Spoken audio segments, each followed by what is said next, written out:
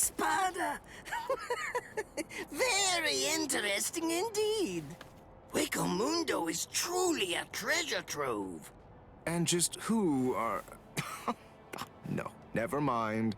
I don't need to know. You're just a couple of meaningless insects for me to crush into nothingness. Your names aren't important in the least. Is that so? Well, actually, come to think of it, I do need to know what your name is. And why is that? What? Why? Do you really not understand? Isn't it completely obvious? I need to know what to put on the label of the specimen jar that I put you in. Oh.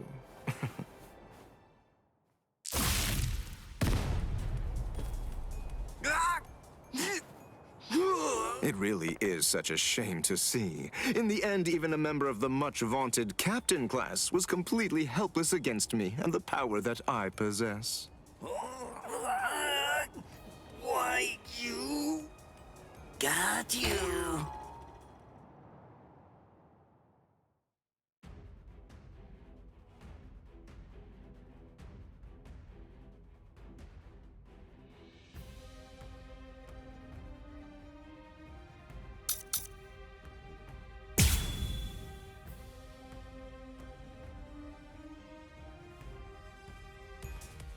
What's this? How can this be? You're actually able to stand up? Oh, give it a rest already. I've grown tired of that trick. Just before I left to come here, I replaced all of my tendons and organs with fake ones. No, it's not possible. It hasn't even been an hour since I fought against the Quincy. It's inconceivable that you could have done so much in such a short amount of time. But I did. That's why I'm here. What a joke! This one's a prototype. This... So Allow me. unacceptable. Little... What a joke! What do you think of this? Here, Forgive me. so close. Strike back! You're hurting me! If only I had the time! Not so incredible! How about this then? Besides, at this point, just as easy as strangling a baby. So action! Allow me. Not hitting me. Do you like this? Don't You inferior species. No. Allow me. You're expendable.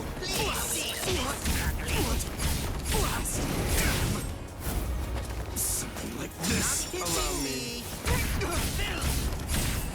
You're hurting me. If only I had the time. Let the research commence. Something like this. No escape here. Nothing surprising here. Oh. Allow me. Strike back! You're hurting me! Be gone. Don't get caught! You inferior species. No. No. Not hitting me. Impossible!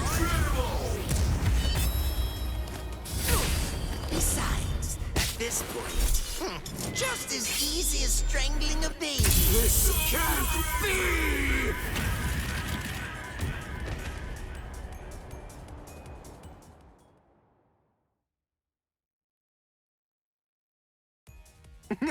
You let your guard down, Captain. Your caution didn't extend to your subordinates' feet. I don't think that you really understand this. You see, I'm entirely useless as a hostage. Oh, shut up! I'm not talking to you right now. All of you, be quiet, all right? Just shut up already. Bankai, Konjiki, Ashisogi Jizo.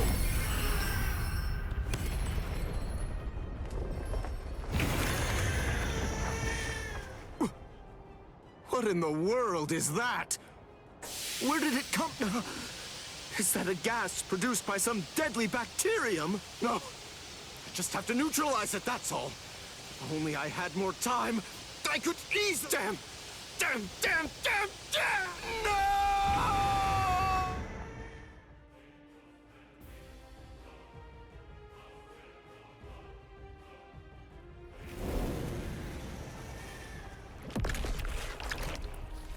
He ate him.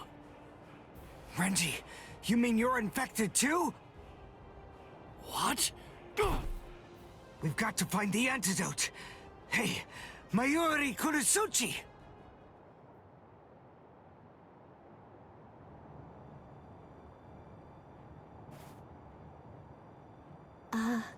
Lord Mayuri? I'm sorry, sir, but may I ask if you'll be willing to lend me a hand with this? Lord Mayuri? Hey, You're so unbelievably annoying. Here, there's your antidote. don't throw it! Hey, hold on. What about her, huh?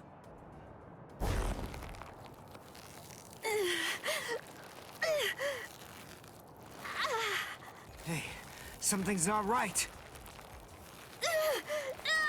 Hey, Mayuri Kurotsuchi, get that tentacle off her! Did you think you'd manage to kill me? That voice. Szayelaporro! Let me tell you about one of the most important and brilliant aspects of La Lucuriosa. I'm speaking, of course, about its incredibly impressive technique. It's called Gabrielle. It gives me the ability to implant myself in my enemies. Entering the body of my unfortunate opponent by going through the belly button, I lay an egg inside of them, leaving it nestled amid the internal organs, preparing to gestate. Master... Mayuri... It grows quickly, getting nourishment by feeding on its host, eventually causing her death. And summoning forth my own rebirth. Well then, I believe that we should begin by introducing ourselves to each other again, Mayuri Kurotsuchi. Oh. By going through the process of implanting myself in my enemy, I am able to be reborn. Do you get it? What I'm talking about is immortality and perfection. It's not about avoiding death. It's about death being subverted into becoming a pathway to continued life. In case you aren't fully grasping this, death is not the end for me. Even if you are somehow able to kill me, I will simply be reborn again. The fact is, there is no feasible way that you can kill me. It's patently impossible for you to win if you're facing off against me, Mayuri Kurotsuchi.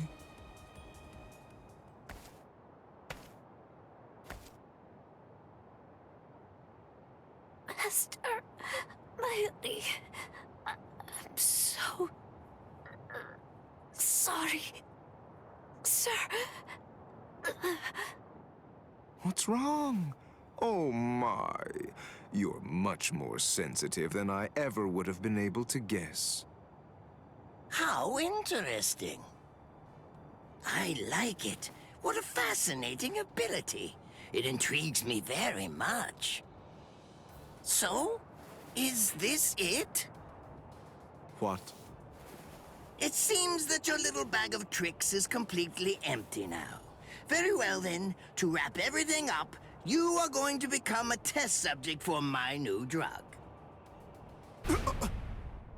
Don't be defensive. The new drug is already In your system. What? His words are so slow.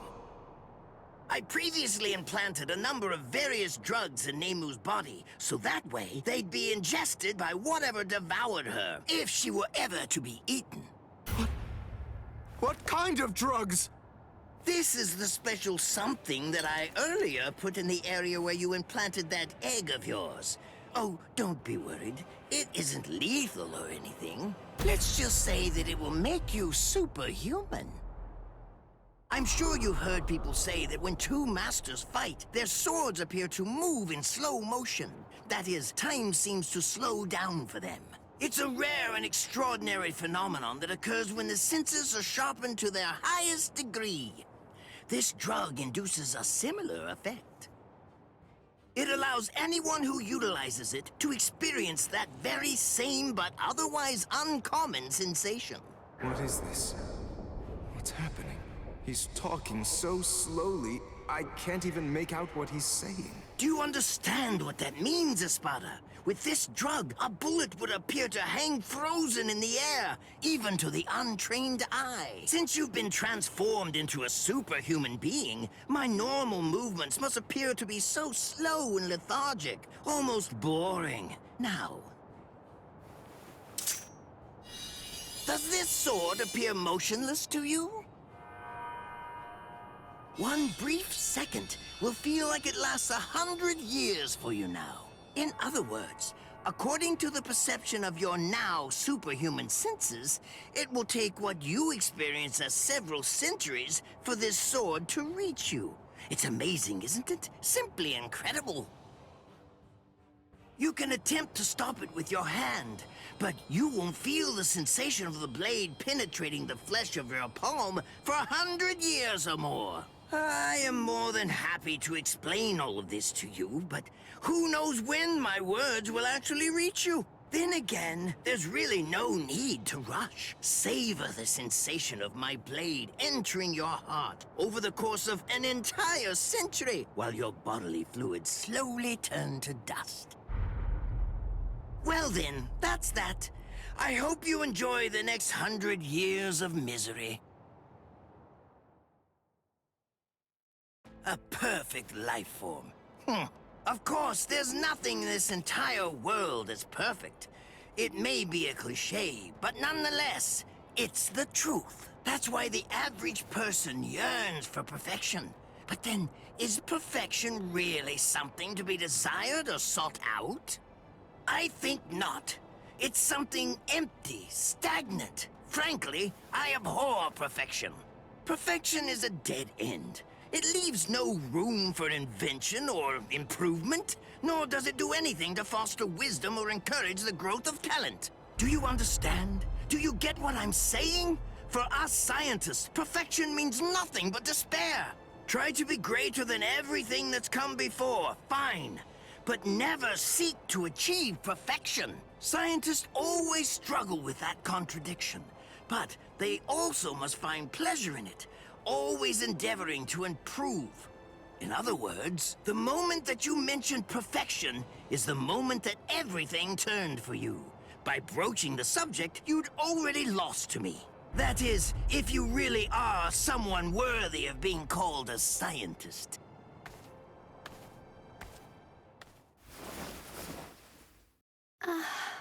He's healed! But how? How did that make her better? Well, whatever. It's a waste of time to explain my techniques to a layman anyway. Nemu, dig a hole. Here. Right.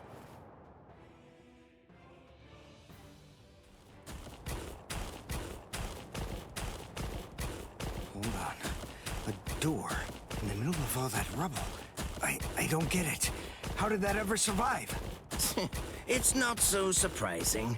When scientists set about constructing a laboratory, we always build one room that's sturdier than all the others. What we treasure most are those things we've crawled to the very edge of the world to collect. This is the room where we store specimens. Whoa. Now, behold.